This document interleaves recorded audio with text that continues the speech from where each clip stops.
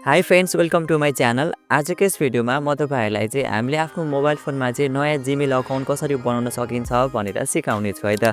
यदि तपाईँहरू पनि आफ्नो मोबाइल फोनमा चाहिँ नयाँ जिमेल आइडी अथवा इमेल आइडी बनाउन चाहनुहुन्छ भने त्यसको लागि तपाईँहरूले चाहिँ आफ्नो मोबाइल फोनमा भएको जिमेल एप्लिकेसनलाई ओपन गर्नुपर्ने हुन्छ। जिमेल एपलाई ओपन गरिसकेपछि यदि तपाईँहरूको फोनमा चाहिँ पहिला नै जिमेल अकाउन्ट छ भने चाहिँ तपाईँहरूको फोनमा चाहिँ यस्तो खालको इन्टरफेस सो हुनेछ र यदि तपाईँहरूको फोनमा चाहिँ जिमेल आइडी छैन भने चाहिँ तपाईँहरूकोमा चाहिँ अटोमेटिक लगइनको अप्सन सो हुनेछ। तपाईँहरूले त्यहाँबाट लगइन गर्न सक्नुहुन्छ है त। र मेरोमा चाहिँ अलरेडी नै जिमेल अकाउन्ट छ, त्यसैले चाहिँ मेरोमा यस्तो खालको इन्टरफेस सो भइरहेको छ। अब तपाईँ जस्तै माथिपट्टि देख्न सक्नुहुन्छ प्रोफाइल आइकन, यसमा तपाईँहरूले क्लिक गर्नु होला। प्रोफाइल आइकनमा क्लिक गरिसकेपछि यहाँ तपाईँहरूले हल्का स्क्रोल डाउन गर्नु होला। स्क्रोल डाउन गरिसकेपछि तपाईँहरूले तल देख्न सक्नुहुन्छ एड एनदर अकाउन्टको अप्सन, यसमा तपाईँहरूले क्लिक गरिदिनु होला है त।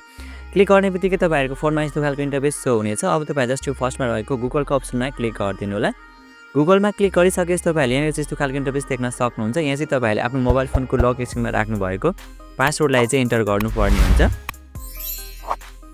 पासवर्डलाई इन्टर गरिसकेपछि तपाईँहरूले यहाँ चाहिँ यस्तो खालको इन्टरफेस देख्न सक्नुहुन्छ।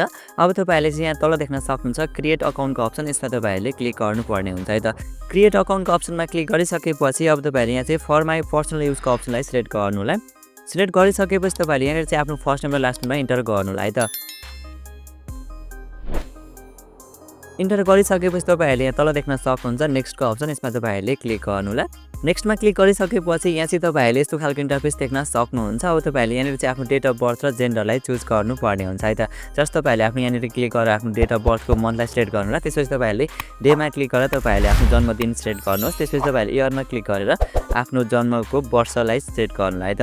सिलेक्ट गरिसकेपछि तपाईँहरूले तल देख्न सक्नुहुन्छ जेन्डरको अप्सन, यसमा तपाईँहरूले क्लिक गर्नुहोस्। त्यसपछि तपाईँहरूले चाहिँ आफ्नो जेन्डरलाई चाहिँ सिलेक्ट गर्नु होला है त। सिलेक्ट गरिसकेपछि तपाईँहरूले तल देख्न सक्नुहुन्छ नेक्स्टको अप्सन, यसमा तपाईँहरूले क्लिक गरिदिनु होला।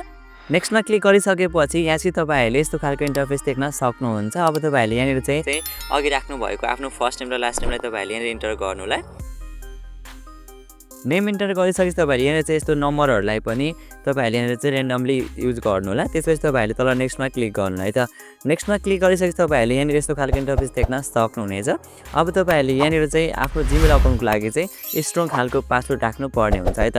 र तपाईँहरूले पासवर्डमा चाहिँ 8वटा क्यारेक्टरको पासवर्ड राख्न सक्नुहुन्छ भने पासवर्डमा चाहिँ तपाईँहरूले @ नम्बर स्याम्पलहरूलाई मिक्स गरेर चाहिँ स्ट्रङ खालको 8वटा क्यारेक्टरको पासवर्ड चाहिँ सेट गर्नुपर्ने हुन्छ है त।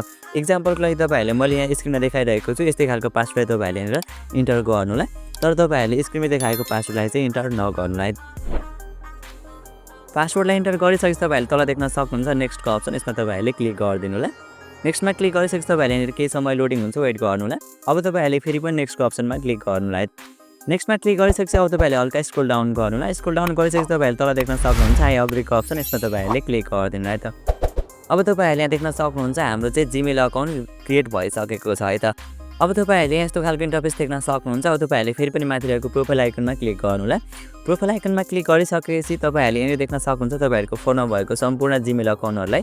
अब तपाईँहरूले हल्का स्क्रोल डाउन गर्नु। स्क्रोल डाउन गरिसकेपछि तपाईँहरूले चाहिँ अघि भर्खरै बनाउनु भएको जिमेल अकाउन्टलाई चाहिँ यहाँबाट तपाईँहरूले चुज गर्नुपर्ने हुन्छ है त।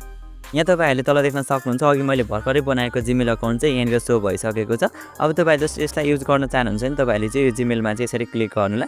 क्लिक गरिसकेपछि तपाईँहरूले यहाँ देख्न सक्नुहुन्छ हाम्रो चाहिँ यहाँनिर प्रोफाइल आइकन चेन्ज भइसकेको छ, यानि कि हाम्रो चाहिँ जिमेल चाहिँ गुगलमा साइन अप भइसकेको छ है त। अब तपाईँहरूले पनि यसरी नै सजिलोसँग आफ्नो मोबाइल फोनमा चाहिँ नयाँ इमेल आइडी अथवा जिमेल अकाउन्टलाई चाहिँ बनाउन अथवा क्रिएट गर्न सक्नुहुन्छ है त।